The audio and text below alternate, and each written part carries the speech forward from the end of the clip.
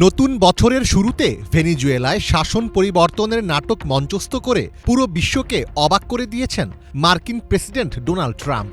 ক্যালেন্ডারের পাতায় বছরটা ২০২৬ হলেও একবিংশ শতাব্দীর সবচেয়ে নগ্ন সাম্রাজ্যবাদের নজির দেখাচ্ছেন তিনি।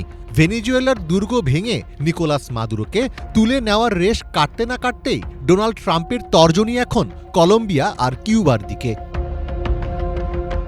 মাদুরো যখন কারাবন্দী জীবনের প্রস্তুতি নিচ্ছেন, তখন কলম্বিয়াকে নিশানা করে হুমকি দিচ্ছেন ট্রাম্প পরিষ্কার করে দিয়েছেন তিনি শুধু ভেনেজুয়েলা ঠিক করে ক্ষান্ত হবেন না, তার রাডার এখন কলম্বিয়ার ড্রাগ লর্ড আর কিউবার কমিউনিস্ট শাসন। ৫ জানুয়ারি গভীর রাতে এয়ারফোর্স ওয়ানে সাংবাদিকদের সঙ্গে আলাপকালে কলম্বিয়ায় সম্ভাব্য সামরিক অভিযানের ইঙ্গিত দিয়েছেন তিনি। কলম্বিয়ার প্রেসিডেন্ট গুস্তাভো পেত্রোর প্রতি কড়া হুঁশিয়ারি উচ্চারণ করেছেন মার্কিন প্রেসিডেন্ট।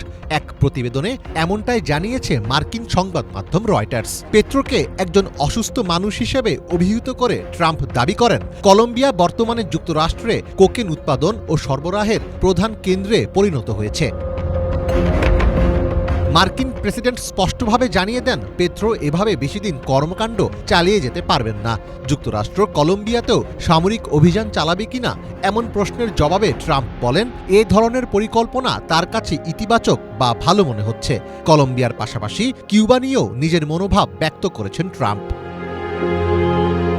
কলম্বিয়ার ইতিহাসে প্রথমবারের মতো একজন বামপন্থী নেতা হিসেবে গুস্তাভো পেত্রো প্রেসিডেন্ট হওয়ার পর থেকে ট্রাম্পের সাথে কলম্বিয়ার সম্পর্কের টানাপোড়েন আরও স্পষ্ট হয়েছে। ভেনেজুয়েলায় মার্কিন অভিযানের কড়া নিন্দা জানিয়ে পেত্রো একে সার্বভৌমত্বের ওপর হামলা বলায় ট্রাম্প আরও ক্ষিপ্ত হয়েছেন।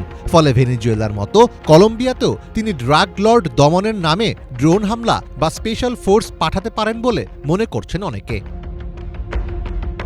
তবে কিউবার ক্ষেত্রে ট্রাম্পের কৌশল কিছুটা ভিন্ন।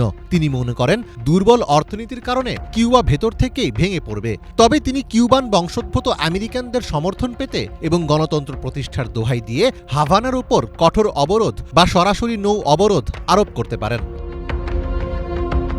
ভেনেজুয়েলায় ডোনাল্ড ট্রাম্পের আকস্মিক সামরিক অভিযান এবং প্রেসিডেন্ট নিকোলাস মাদুরোকে আটকের ঘটনায় বিশ্বজুড়ে তীব্র নিন্দার ঝড় উঠেছে।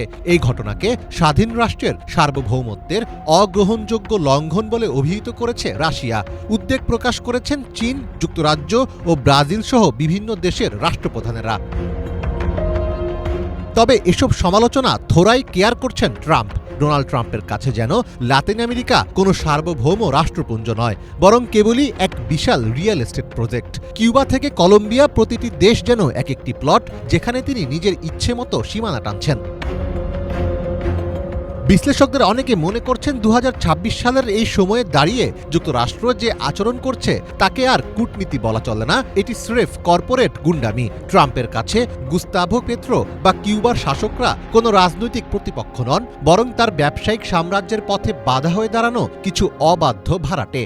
ভেনেজুয়েলার তেলের পর এখন তার লক্ষ্য কলম্বিয়ার কফি আর কিউবার বন্দর। ট্রাম্পের এই সাম্রাজ্যবাদী আগ্রাসন প্রমাণ করছে, ওয়াশিংটনের ডিকশনারিতে সার্বভৌমত্ব শব্দটির বদলে এখন কেবল প্রফিট আর লিজ শব্দগুলোই অবশিষ্ট আছে। মীর ফজলে রাব্বি, বাংলা ভিশন।